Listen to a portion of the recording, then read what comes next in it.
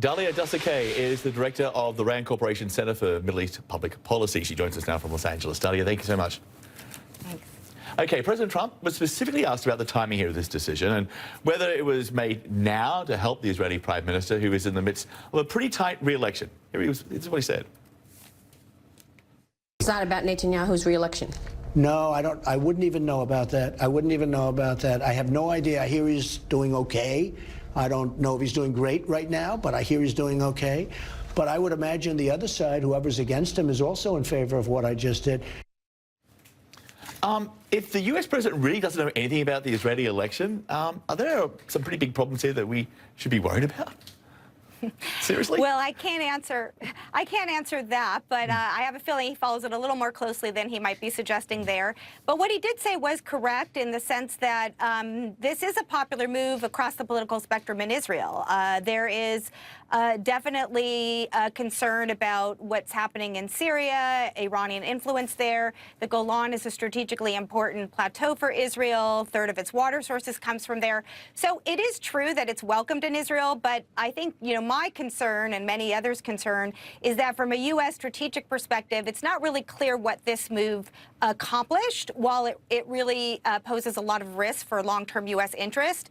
And that's what I think is very puzzling, and it fits a pattern of moves by this administration that leaves the U.S. Rather isolated. We're the only country in the world now doing this. We are breaking international law, and it's setting a very dangerous precedent that claiming territory by force is acceptable, and that's a very dangerous message to be sending.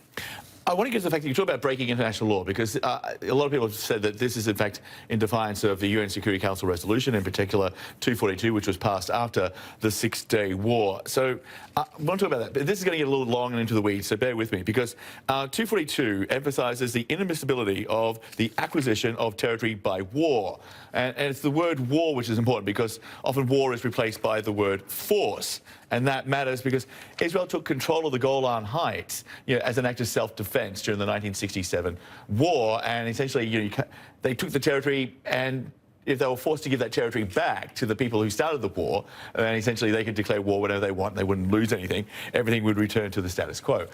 The other important line in 242, it calls for the withdrawal of Israel from territories occupied in recent conflicts, specifically not the territories, or as the French version says, des territoires, which translates to of the territory. The Israelis, they lean on the English version to argue the resolution does not require to give up all the territory which it gained during the Six-Day War. So, I get, like I said, it's very much in the weeds, but words matter. So is there an argument here that can be made that the US is, in fact, not breaking a Security Council resolution? Yeah. Well, I'm not a legal expert, but I do think that the issue here is that we are breaking the principle of land for peace deal.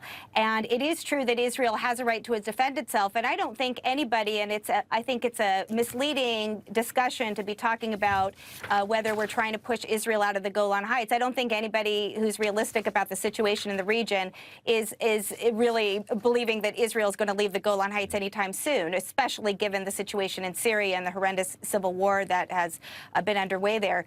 But the idea is that this settlement should be decided ultimately in a diplomatic process, and there was no one clamoring for this. It's not like U.S.-Israeli relations would have been upended. That would have been in a major crisis had the U.S. not done this.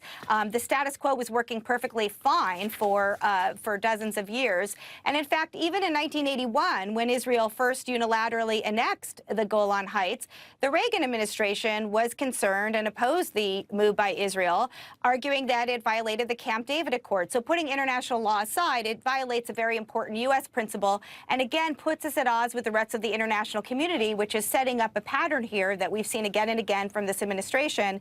And most worrisome, I think, was the U.S. embassy move to Jerusalem. But this fits a very similar pattern. Yeah, maybe Donald Trump will get a train named after him, or another train or a bus or something. That's what happened with the Jerusalem move, I think. And to your point here, just over a week ago, the Secretary of State gave no indication that this change to US policy was coming.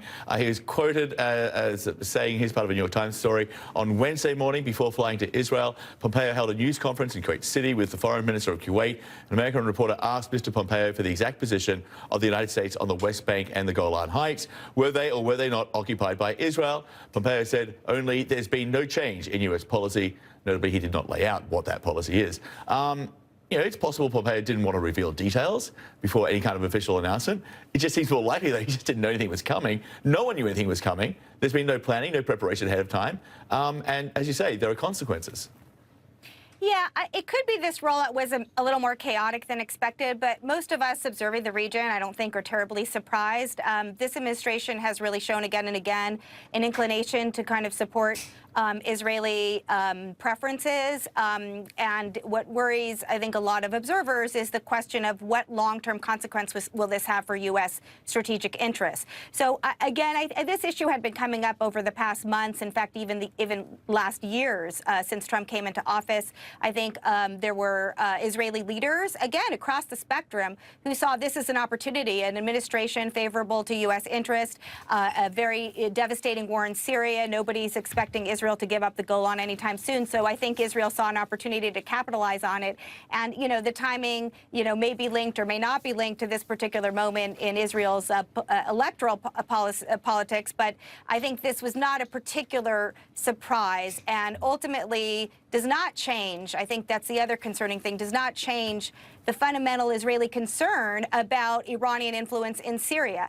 This is really symbolic, though it does create international friction with no clear gain, including for Israeli security interests, because Israel's going to have to continue to be bombing and containing Iranian influence and Iranian military assistance to Iranian allies in Syria, with or without this recognition. So there's no real concrete changes on the ground in terms of what the U.S. is delivering here. Yeah, for all practical sense, you know, everything stays the same, but it's the long-term consequences which are, you know, which should be noted here. Dalia, thank you so much. It's good to see you.